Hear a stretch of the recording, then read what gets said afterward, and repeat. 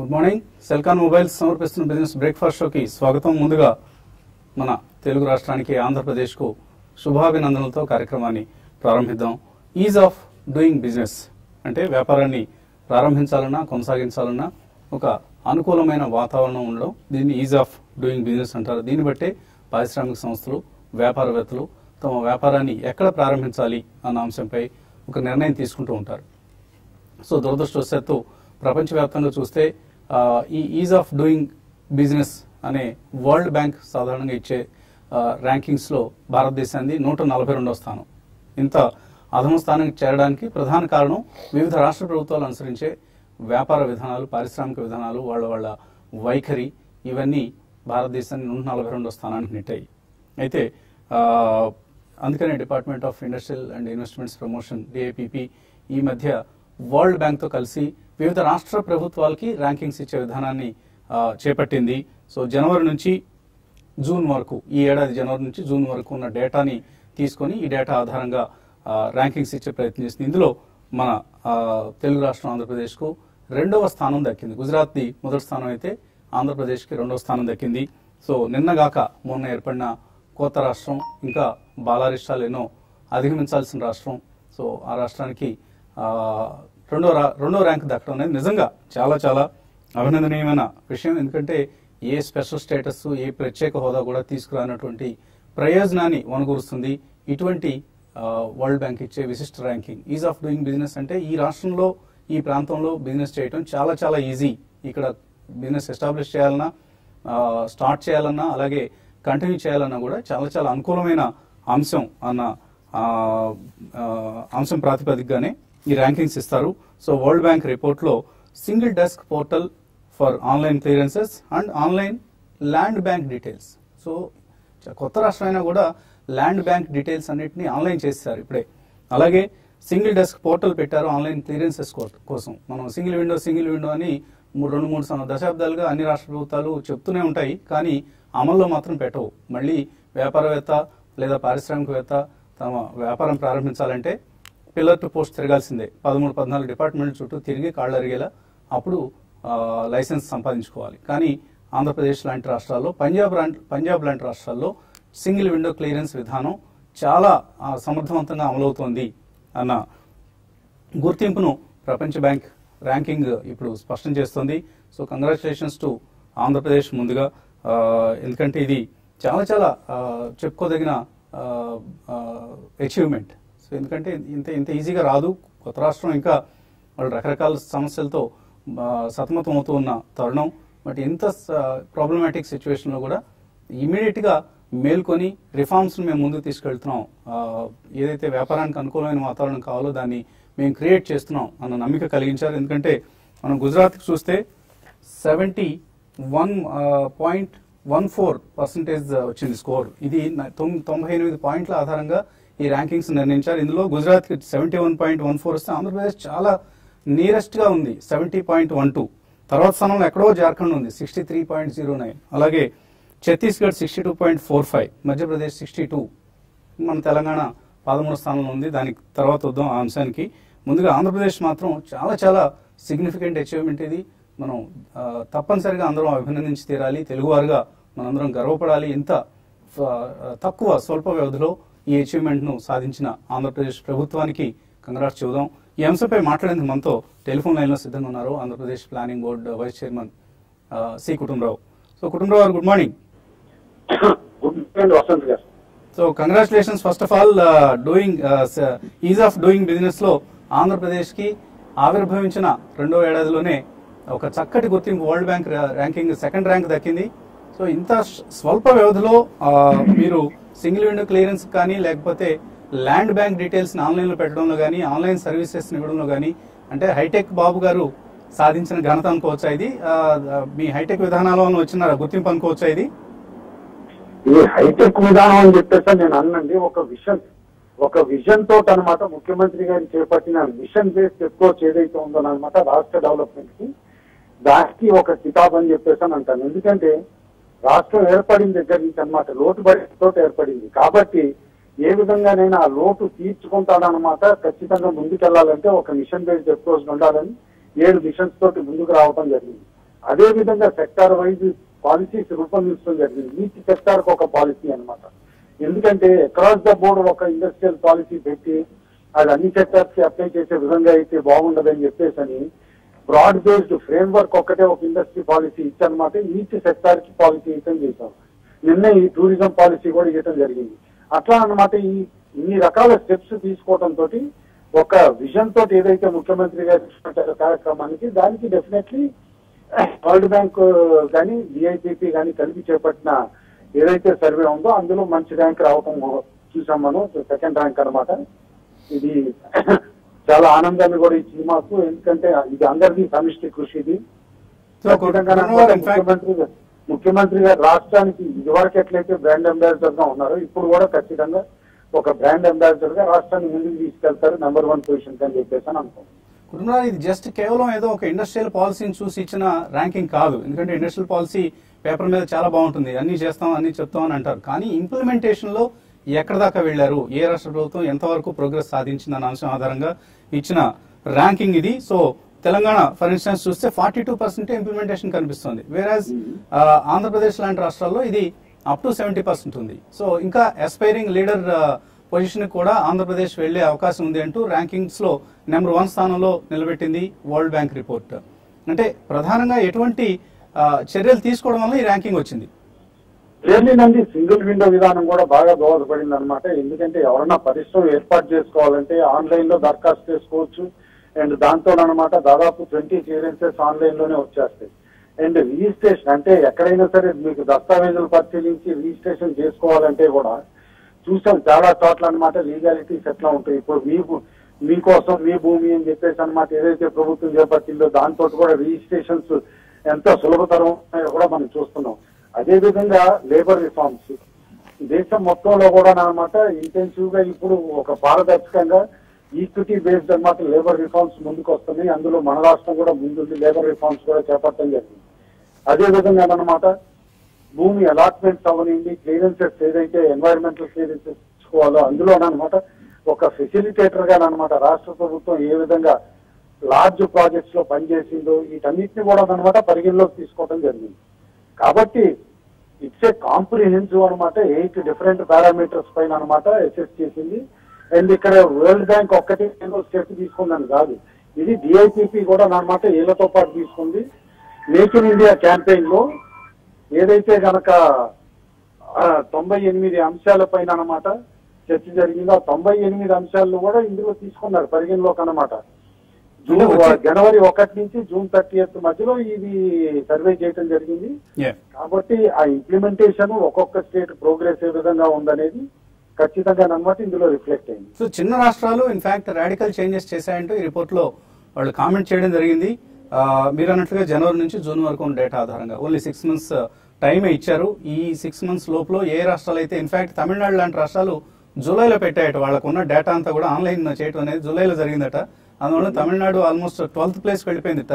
Just head of Telangana కనిపిస్తుంది మనకి. ఈ నేపథ్యంలో వచ్చే సంవత్సరం 330 అంశాల ఆధారంగా ఈ ర్యాంకింగ్స్ నిర్ణయిస్తా ఉంటున్నారు. సో వచ్చే సంవత్సరం ఈ 330 పాయింట్లను మీరు మీట్ కాగలం, మళ్ళీ ఈ సెకండ్ ర్యాంక్ ను ఫస్ట్ ర్యాంక్ లేదా సెకండ్ ర్యాంక్ అట్లీస్ట్ మెయింటైన్ చేయగలం అనుకుంటారా?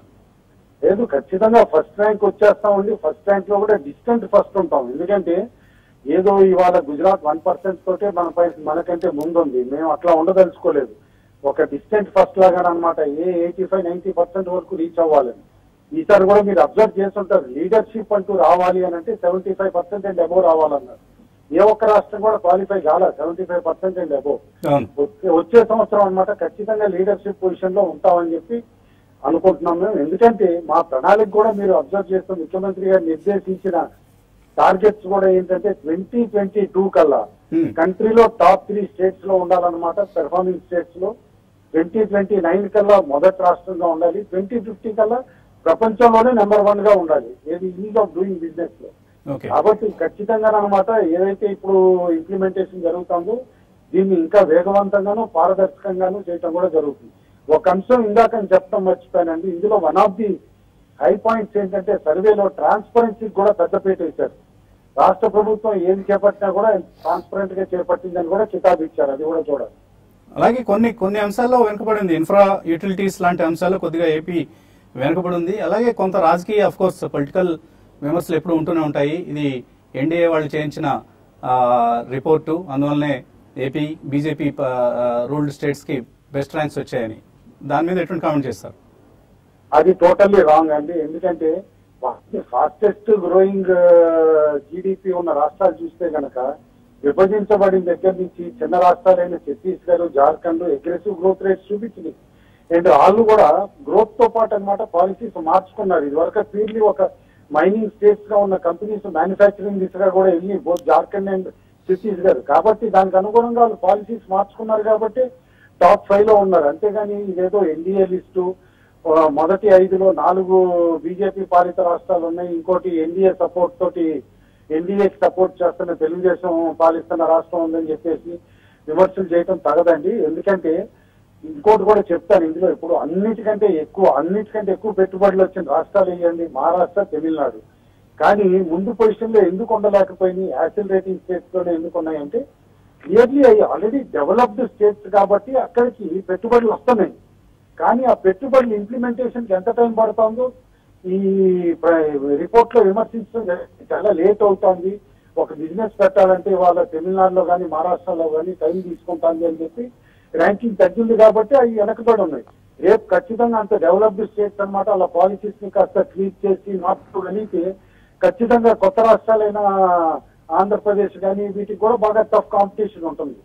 మేమైతే మాత్రం ఖచ్చితంగా ముఖ్యమంత్రి గారు నిర్దేశించిన దాన్ని బట్టి మాత్రం ఎప్పటికప్పుడు రియలిస్టిక్ గా అనమాట రియాలిటీని బేరీ చేసుకుని అనమాట పాలసీస్ అన్నమాట ఎప్పటికప్పుడు ఫ్లెక్సిబుల్ గా మార్చుకుని పెట్టుబడులకు అనుగుణంగా ముందుకెళ్లాలని చెప్పేసి నిర్దేశించారు. అదే విధంగా ముందుకు కూడా వెళ్తుంది రాష్ట్రం. ఓకే అండి. సో కంగ్రాచులేషన్స్ అగైన్ కుటుంబరావు గారు. We wish all the best. Next year first rank వెళ్ళాలి మీరు. అలాగే మా తెలంగాణ కూడా సెకండ్ ర్యాంక్ కన్నా కనీసం వెళ్ళాలి. ఇప్పుడున్న 13వ ర్యాంక్ నుంచి సెకండ్ ఆర్ ఫస్ట్ ర్యాంక్ వెళ్ళాలి తెలంగాణ స్టేట్ కూడా. అంటే ఏదో బురద చల్లుకునే కార్యక్రమం కరెక్ట్ విధానం కాదు. సో ఇంట్రాస్పెక్షన్ చేసుకోవాలి.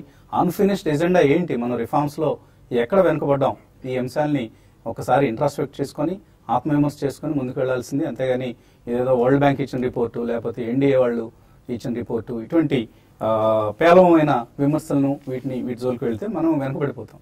సో ఈ అంశాన్ని దృష్టిలో ఉంచుకొని తెలంగాణ ప్రభుత్వం కూడా ఎక్కడ మనం వెనుకబడ్డాం, ఎందుకు మనం ఆన్లైన్ ల్యాండ్ రికార్డ్స్ ని ఆన్లైన్ చేయలేకపోయాం, ఇటువంటి అంశాలన్నింటినీ అలాగే ఎన్విరాన్మెంట్ క్లియరెన్సెస్ లో, ఫ్యాక్టరీస్ ఇన్స్పెక్షన్ లో, లేబర్ నామ్స్ లో, వీటన్నిటిలో మనం ఎక్కడ ఇంప్లిమెంటేషన్ వెనుకబడ్డాం. బెస్ట్ పాలసీ తీసుకొచ్చారు ఇండస్ట్రియల్ పాలసీని, కానీ దాని ఇంప్లిమెంటేషన్ లో మాత్రం చాలా చాలా వెనుకబడ్డాం. తెలంగాణ రాష్ట్రం 13th ప్లేస్ లో ఉన్నది అంటే it is shame for us. ఇక్కడ నుంచి దీన్ని ఛాలెంజ్ గా తీసుకొని నెక్స్ట్ ఇయర్ మనం ఈ ర్యాంకింగ్స్ లో ముందుకు వెళ్ళాలి. అప్పుడే ఇండస్ట్రియల్ ఇన్వెస్ట్మెంట్స్ ని మనం ఆకర్షించగలుగుతాం. స్పెషల్ స్టేటస్ అంటూ అర్థం లేని ఆందోళన చేస్తున్నారు కొంతమంది. వాళ్ళకి అసలు స్పెషల్ స్టేటస్ అన్న పదానికి అర్థం కూడా తెలియదు, దానివల్ల ఒరిగేది ఏంటనేది కూడా తెలియదు. కానీ అదొక నినాదంగా ముందుకు వెళ్తున్నారు. ఈ అంశాన్ని కాదు, ముందుగా రాష్ట్ర ప్రభుత్వాలు తీసుకోవాల్సిన చర్యలు, బిజినెస్ మెన్ కి క్రియేట్ చేయాల్సిన కాన్ఫిడెన్స్, వీటి ఆధారంగా పెట్టుబడులు వస్తాయి. నాట్ జస్ట్ బికాజ్ అక్కడ ఏదో ట్యాక్స్ బెనిఫిట్ ఉంది కదా అని పొలం అంటూ వెళ్ళిపోరు. అలా అయితే బద్దీలో మొత్తం ఇండస్ట్రియల్ డెవలప్మెంట్ మొత్తం మధ్యప్రదేశ్కో ఛత్తీస్గఢ్కి వెళ్ళిపోవాలి. కానీ ఎందుకు వెళ్ళలేదంటే బికాస్ ఆఫ్ సర్టన్ ఇష్యూస్. ఈ అంశాలని గుర్తుంచుకోవాలి మనం. ఇంకా మన కార్యక్రమాన్ని ఇవాళ మార్కెట్స్ గురించి మాట్లాడేందుకు 9 గంటల 10 నిమిషాల దాకా పొడిగించాం. ఇప్పుడు చిన్న బ్రేక్ తీసుకున్నాం. బ్రేక్ తర్వాత ఇన్వెస్టర్స్ నుంచి కాల్స్, మెయిల్స్ తీసుకున్నాం.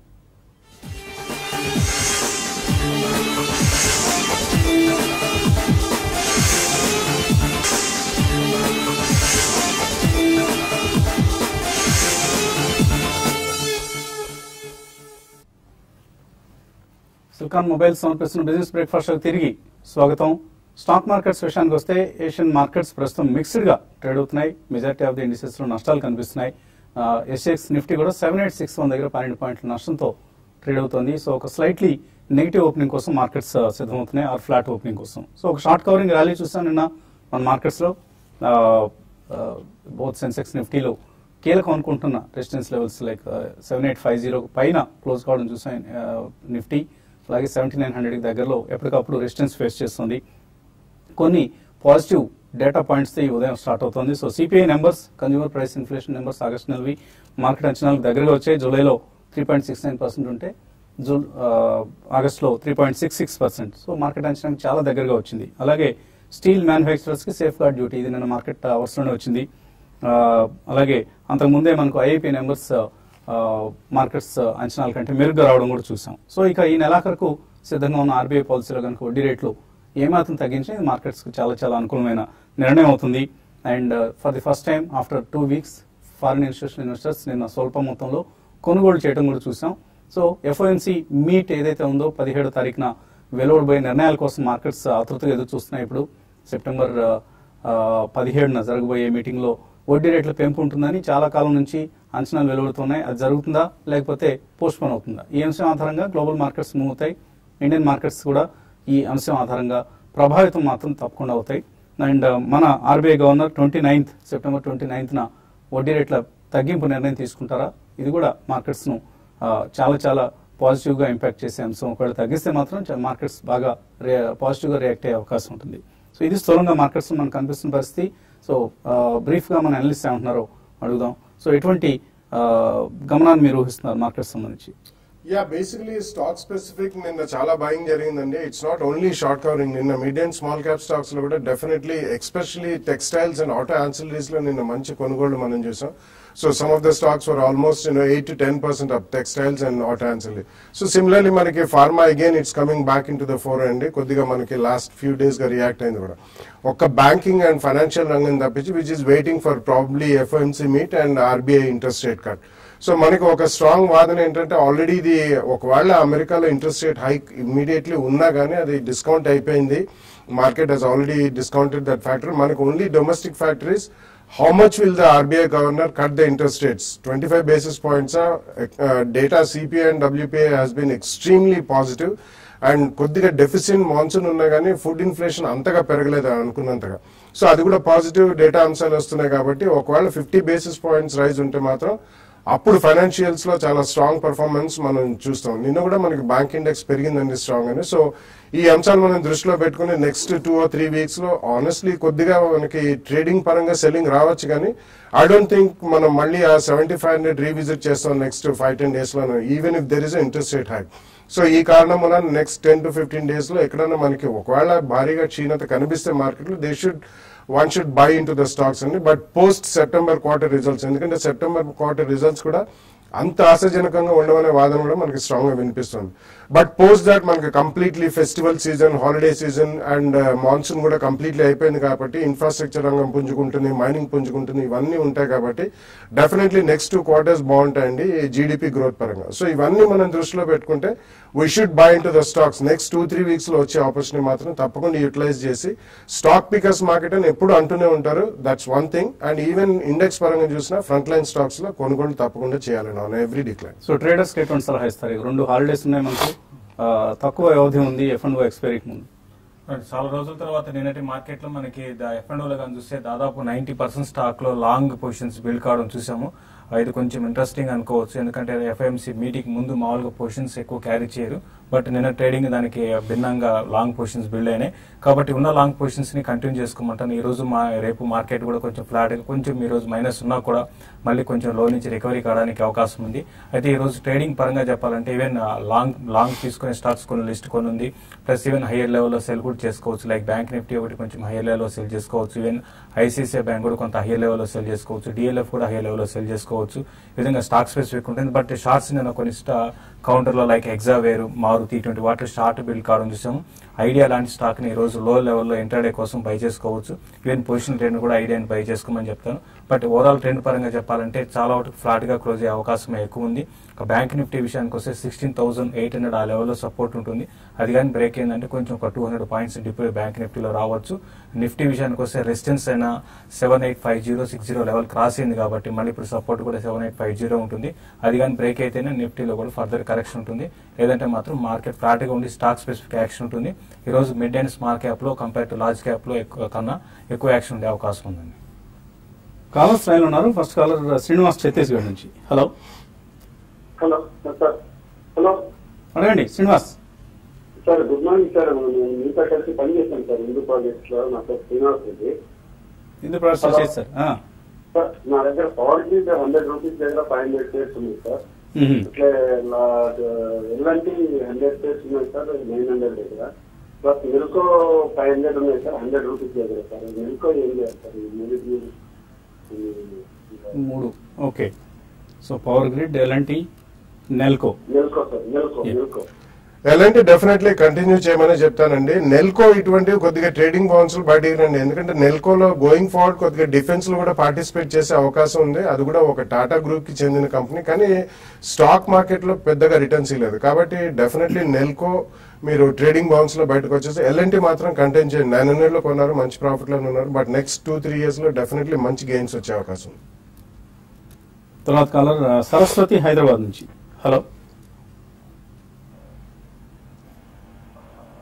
హలో హలో, అడగండి సరస్వతి. గుడ్ మార్నింగ్ అండి. మార్నింగ్ అండి.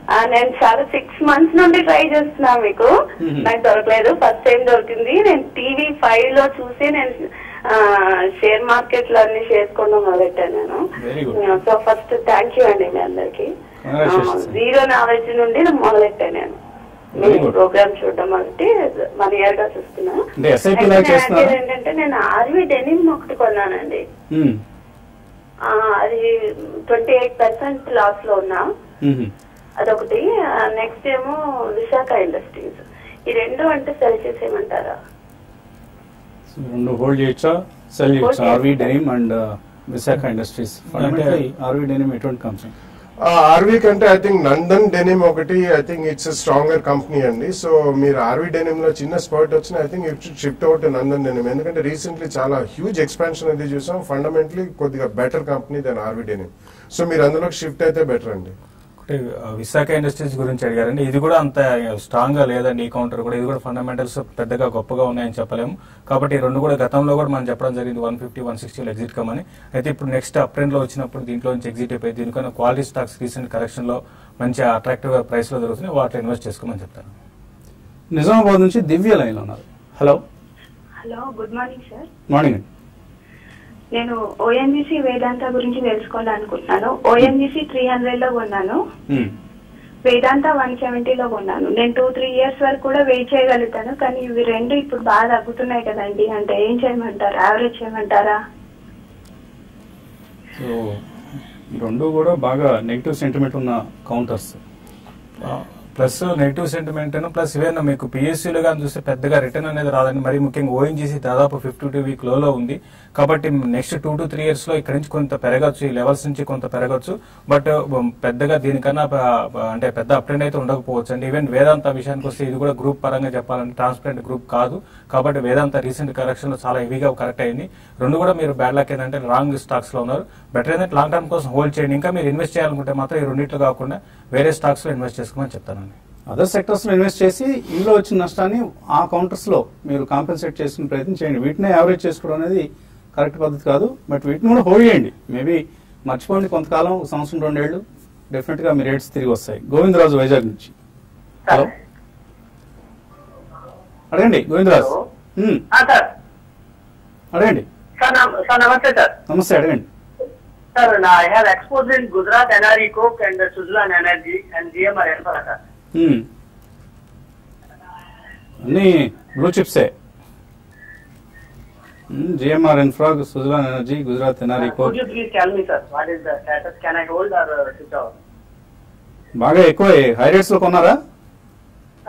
Medium, sir. Below 50, sir. So ఏం చేయమంటాం, వీటిలో సలహా చెప్పడానికి కూడా ఏం లేదు. వీలైతే మీకు నష్టం బుక్ చేయడం కనుక ఇష్టం అయితే లాస్ బుక్ చేసి బయటకు వచ్చేసి మంచి స్టాక్స్ లో ఇన్వెస్ట్ చేయండి. సుజలాన్ ఒకటే హోల్డ్ చేసుకోండి. సుజలాన్ ఒకటే హోల్డ్ చేసుకోండి. మిగతా 2 స్టాక్స్ మాత్రం మీరు ఎగ్జిట్. కానీ రీసెంట్ గా సుజలాన్ కూడా గవర్నమెంట్ కూడా విండ్ ఎనర్జీ కొంచెం పాజిటివ్ గా నిర్ణయాలు తీసుకుంది. కాబట్టి అది కొంచెం నెక్స్ట్ 2-3 ఏళ్ళలో ఉపయోగపడవచ్చు దానికి. సుజలాన్ తప్ప మిగతా అట్లీస్ట్ సన్ ఫార్మా ప్రమోటర్ లాంటి వాళ్ళు దానిలో హెల్మ్ ఆఫ్ ది అఫైర్స్ దగ్గర ఉన్నారు కాబట్టి వాళ్ళ కంట్రోల్ ఉంది. కాబట్టి ఏదైనా మీకు సుజలాన్ లో కొద్దిగా రికవరీ వచ్చే ఛాన్స్ ఉంది. But other 2 companies are hopeless. GMR Infra అయినా గుజరాత్ NRE Coke అయినా కూడా. లాస్ట్ కాలర్ లైన్ లో ఉన్నారు సుబ్బారావు. హలో అడగండి Subbarao. Good morning sir. Good morning, అడగండి సార్. ఇది నేను జెన్ టెక్నాలజీ 89 లో తీసుకున్నానండి. అది హోల్డ్ చేద్దాం అనుకున్నాం. 1 year ఉంచమంటారా తీసేయమంటారా? అట్లానే నేను సువెన్ 200 లో తీసుకున్నాను sir. Okay okay, Zen technologies and Suven. Hold చేయండి, రెండు కూడా హోల్డ్ చేయండి. I think they are promising companies, though small cap companies. But defence రంగంలో కొద్దిగా జెన్ కూడా మంచి ఆర్డర్స్ మెటీరియలైజ్ అయ్యే అవకాశం ఉంది. వాళ్ళు కూడా niche embedded software and hardware కూడా కలిసి చేస్తారండి. So you should hold both the stocks. Even Suven కూడా రీసెంట్లీ ఒక ఎక్స్పాన్షన్ కూడా కంప్లీట్ అయింది, బేస్ బిజినెస్ కూడా బాగానే ఉంది కాబట్టి at that level you can hold both the stocks. So simulators అంటారు, డిఫెన్స్ రంగంలో వాడే సిమ్యులేటర్స్ తయారు చేస్తారు జెన్ టెక్నాలజీస్ వాళ్ళు. ఇప్పుడు కొద్దిగా ఆర్డర్ బుక్ అది పెరుగుతున్న కంపెనీ, మేబీ హోల్డ్ చేయండి ఫర్ లాంగ్ టర్మ్. శ్రీమణి అడుగుతున్నారు, ప్రెజెంట్ సిమెంట్, ఆస్ట్రా మైక్రో, ఈ రెండు అమ్మేయచ్చా, హోల్డ్ చేయొచ్చా? రెండు కూడా మీరు ర్యాలీస్ లో అమ్మడానికి ప్రయత్నం చేయండి. సిమెంట్ లో మీరు రాత్రి ప్రెజెంట్ సిమ్ మాత్రం రిజల్ట్ బాగున్నాయి, బట్ లాంగ్ టర్మ్ కోసం మీరు హోల్డ్ చేసుకోవచ్చు. NV Chandrashekhar, Strides Arcolab 1184 లో షార్ట్ సెల్ చేశారు, సెప్టెంబర్ ఫీచర్స్ ఏం చేయాలి? హోల్డ్ చేయండి. స్ట్రైట్స్ ఆర్కోలాబ్ ఈ రోజు కొంచెం డిప్ రావచ్చు, ఈ రోజు డిప్ వచ్చినప్పుడు మీరు బెటర్ ఏంటంటే దీంట్లో నుంచి ఎగ్జిట్ కానీ. బట్ ఓవరాల్ లాంగ్ టర్మ్ పరంగా చెప్పాలి, ఈవెన్ ట్రేడింగ్ పరంగా చెప్పాలంటే డిప్ లో బై చేసే స్టాక్ అండి. నగేష్ ఒక లిస్ట్ పంపించారు, మ్యూచువల్ ఫండ్స్ 5 మ్యూచువల్ ఫండ్స్ 2000 రూపాయలు ఎస్ఐపి చేస్తున్నారు. SBI blue chip, UTI equity, ICICI prudential value discovery, Birla sun life top 100, అలాగే బిర్లా సన్ లైఫ్ లో ఎంఎన్సి ఫండ్. అన్ని కూడా మంచి ఫండ్సే. డెఫినెట్ గా మీరు కంటిన్యూ చేయండి, కొనసాగించండి ఇన్వెస్ట్మెంట్స్ను, మంచి రిటర్న్స్ ఉంటాయి నెక్స్ట్ 5 years కనుక మీరు కంటిన్యూ చేస్తే. దాస హరిత అడుగుతున్నారు, అపార్ ఇండస్ట్రీస్, సెయింట్ గోబెన్, సూర్య రోష్ని, వీటన్నిటిలో ఎస్ఐపి చేస్తున్నారట, కంటిన్యూ చేయొచ్చా? నాట్ అ బ్యాడ్ ఐడియా అండి, మూడు కూడా reasonably good companies. I think you should continue, మూడిట్లో కూడా ఎస్ఐపి చేయండి. బి జగన్నాథ్ నాయుడు అడుగుతున్నారు, నిఫ్టీ లాంగ్ టర్మ్ కోసం కొందాం అనుకుంటున్నారు, నిఫ్టీ బీస్ కాకుండా ఇంకేమైనా ఉన్నాయా, ఇంకేమైనా ఈటీఎఫ్స్ ఉన్నాయా? నిఫ్టీ బీస్ మ్యూచువల్ ఫండ్స్ ఉన్నాయి, but Nifty BeES is the only ETF listed అండి. So you can continue to invest SIP. Nifty ETFs కొనుక్కోండి, నిఫ్టీ బీస్ కొనండి, because that is as good as buying Nifty కాబట్టి. యోగేంద్రనాథ్ అడుగుతున్నారు, Ashok Leyland futures 90 రూపాయలు hold చేస్తున్నారు, ఎంతవరకు target expect చేయొచ్చు? అశోక్ లేలాండ్కి 92 దగ్గర రెసిస్టెన్స్ ఉంటుందండి, అది కానీ క్రాస్ కాగలైతే 96, 98 దాకా రావచ్చు. అయితే ఈ రోజు కొంచెం వీక్ కావచ్చు అండి, మీరు 88 and 86 దగ్గర స్టాప్ లాస్ పెట్టుకుని హోల్డ్ చేయండి. ఏదైనా కూడా మీరు ర్యాలీస్ లో ఎగ్జిట్ కానీ, మార్కెట్ వన్ సైడ్ డైరెక్షన్ లో ఉండదండి. సురేష్ అడుగుతున్నారు, చెన్నై నుంచి, ఐసిఐసిఐ బ్యాంక్ కొన్నారట 267 రూపాయల్లో, షార్ట్ టర్మ్ కోసం 1 month కోసం హోల్డ్ చేయొచ్చు. ఐసిఐసిఐ బ్యాంక్ మనం చూస్తే 240 లెవెల్స్ నుంచి 270 దాకా వచ్చిందని, 274, బట్ 280 దగ్గర రెసిస్టెన్స్ ఉంటుంది, హ్యూజ్ రెసిస్టెన్స్ ఫేస్ చేయొచ్చు. కాబట్టి ఈ లెవెల్లో మీరు షార్ట్ టర్మ్ అంటున్నారు కాబట్టి 1 month అంటున్నారు కాబట్టి ఈ లెవెల్ ఎగ్జిట్ కండి. లేదు ఇంకా కొంచెం ఆగలిగితే మాత్రం మీకు 280 క్రాస్ అయిందంటే 300 దాకా రావచ్చు అండి. దుర్గా ప్రసాద్, టెక్ మహీంద్రా 740లో కొన్నారు, టాటా స్పాంజ్ 757లో కొన్నారు, ఈ రేట్లు వస్తాయా మళ్ళీ? టెక్ మహీంద్రా పాసిబిలీ రావచ్చండి, but Tata sponge will take a long time. I think అందులో మీరు స్వల్పంగా లాస్ అయినా కానీ you should book loss and come out అండి. మెటల్స్ రంగం అంత ఈజీగా పెరిగే రంగం కాదు next 1 or 2 years. MEP infra 63 రూపాయలు, పూర్వంకర 130లో, ఓరియంట్ పేపర్ 30లో కొన్నారు, వసుంధర యావరేజ్ చేసుకోవచ్చు అవి? Orient paper I don't think so అండి. ఇన్ఫ్రా స్టాక్స్ కూడా అంత ఆశాజనకంగా ఉండవు కాబట్టి ట్రేడింగ్ బౌన్స్ లో వీటిలోంచి బయటకు వచ్చి you should go with fundamentally strong front line stocks, అంటే ఐటీఎన్ ఫార్మాలో, sun pharma or maybe Infosys, ఎటువంటి వాటిలో ఎంటర్. శ్రీనివాస్ అడుగుతున్నారు, మెర్క్ లాంగ్ టర్మ్ కోసం కొనుక్కోవచ్చు ఇక్కడ? మిర్క్ ఎలక్ట్రానిక్స్ లాంగ్ టర్మ్, MERC, అది మిర్క్ ఎలక్ట్రానిక్స్ అంటే అది ఒనిడా వాళ్ళది. Merck pharma, Merck Pharma, it's a very good company, about 750 to 800 zone ఉంది. It's a very good company, MNCs లో one of the best priced company in stock markets, తప్పకుండా కొనండి. అలాగే NCL industries పరిస్థితి ఏంటి? ఎన్సిఎల్ లాంగ్ టర్మ్ కోసం definite గా మీరు ఇన్వెస్ట్ చేయొచ్చండి. లాస్ట్ క్వార్టర్ కి ప్రాఫిట్ అనౌన్స్ చేసింది, అంటే టర్న్ అరౌండ్ స్టోరీ కాబట్టి మీరు బై చేసుకోవచ్చు. రమా కిషోర్ పంపించారు, Maruti Udyog, LIC housing, bank of Baroda, axis bank, ICICI అన్ని ఫ్రంట్ లైన్ స్టాక్స్ అండి. లూపిన్, హెచ్సిఎల్ టెక్ మీరు హోల్డ్ చేయండి, వీటిని డెఫినెట్ గా ఇంకా యాడ్ చేసుకుంటూ ఉండండి. ప్రతి డిక్లైన్ లో మీరు మెన్షన్ చేసిన స్టాక్స్ అన్ని కూడా యాడ్ చేసుకుంటూ వెళ్ళండి. ఇది long run, at least 2 to 3 years horizon తో కనెక్ట్ చేస్తే మంచి రిటర్న్స్ ఉంటాయి మీకు. సురేష్ కుమార్, క్యాన్సన్స్ బయో 75 రూపాయలు కొన్నారు, హోల్డ్ చేయొచ్చా? ఇది బెంగళూరు బేస్డ్ అగ్రోటెక్ కంపెనీ అండి, బట్ అంత కన్సిస్టెన్సీ ఆఫ్ రిజల్ట్స్ లేదు కాబట్టి ట్రేడింగ్ బౌన్స్ వచ్చినప్పుడు ఒకసారి బయటపడడం మేలండి. తెక్కలపాటి మురళి, బ్లిస్ జీవీఎస్ ఫండమెంటల్స్ ఎలా ఉన్నాయి, 2 to 3 years కోసం కొనుక్కోవచ్చు? ఇట్స్ స్ట్రాంగ్ కంపెనీ అండి. అంటే ఫండమెంటల్స్ ఆర్ గ్రోయింగ్. రీసెంట్లీ వాళ్ళ ఒక మేజర్ ఆర్డర్ నైజీరియా నుంచి కూడా వచ్చింది. సపోజిటరీస్ లో they are the leaders in the world, not only in India, one of the top 5. So definitely it's a good company. 2 price points లో కొనండి. Long term కోసం Bajaj finance, HDFC bank, Cipla, Bharat forge ఇవన్నీ ఉన్నాయి. 1000 shares and tech Mahindra. Okay, tech Mahindra అమ్మేసి వీటిలో invest చేద్దాం అనుకుంటున్నారు, తీసుకోవచ్చు ఇవన్నీ. అంటే మీరు చెప్పిన స్టాక్స్ అన్ని మంచి స్టాక్స్ అండి. ఈవెన్ టెక్ మహీంద్రా కొంచెం వెయిట్ చేయండి, ఒక ర్యాలీస్ లో బెటర్ ఏదంటే ఎగ్జిట్ అయిపోయి మీరు చెప్పిన స్టాక్స్ లో ఇన్వెస్ట్ చేసుకోవచ్చు అండి. రవికుమార్ అడుగుతున్నారు, ఎస్ఐపి చేద్దాం అనుకుంటున్నారు 5 సంవత్సరాలు, SBI, sun pharma, Infosys, axis bank, Glenmark, DCB, TCS చేయొచ్చా 5 years కోసం? Definitely it's a good idea అండి. Go ahead and do it. Chandravarma అడుగుతున్నారు, ఆఫ్ కోర్స్ మ్యూచువల్ ఫండ్స్ గురించి.